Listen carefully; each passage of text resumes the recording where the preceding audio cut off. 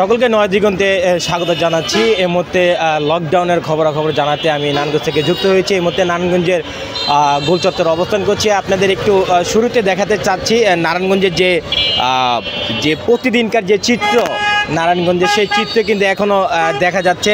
এখানে যে প্রতিদিনকার চিত্র অভিশপ্ত নারায়ণগঞ্জ হিসাবে যাকে ধরা হতো যানজটের চিত্র, সে যানজট কিন্তু এখনও রয়েছে। নিষিদ্ধ ঘোষিত যে আওয়ামী লীগের লকডাউন, ঢাকা যে লকডাউন, সেই লকডাউনে কিন্তু কোনো প্রভাবই নারায়ণগঞ্জে নেই। গতকাল রাত থেকে কিন্তু আমরা দেখতে পেয়েছি বিএনপি অঙ্গ সংগঠন এবং বিএনপি নেতাকর্মীরা কিন্তু রাত জুড়েই কিন্তু পাহারা দিয়েছে নারায়ণগঞ্জের অলিতে গলিতে, এবং জামাতে ইসলাম দেখেছি, ইসলামিক সংগঠনগুলো দেখেছি, এনসিপি দেখেছি আমরা। এছাড়া কিন্তু আরেকটু ঘটনা আপনাদেরকে জানিয়ে রাখতে চাই, এখন পর্যন্ত কোনো প্রকারের অপ্রীতিকর ঘটনা আমরা শুনতে পাইনি এবং দেখতে পাইনি।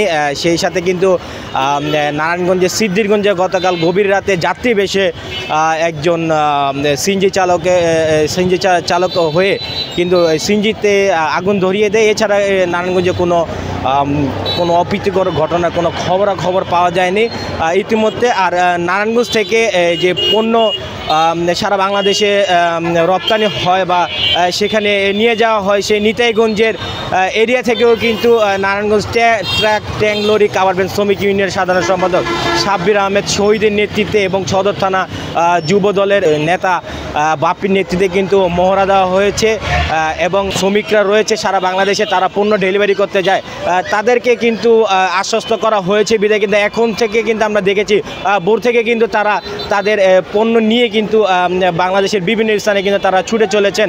এবং নারায়ণগঞ্জে কোনো লকডাউন বা শাটডাউনের যে বিষয়গুলো আতঙ্কিত করা হয়েছিল, সেই আতঙ্কিতর কোনো খবরাখবর কিন্তু এখন পর্যন্ত আমার কাছে নেই।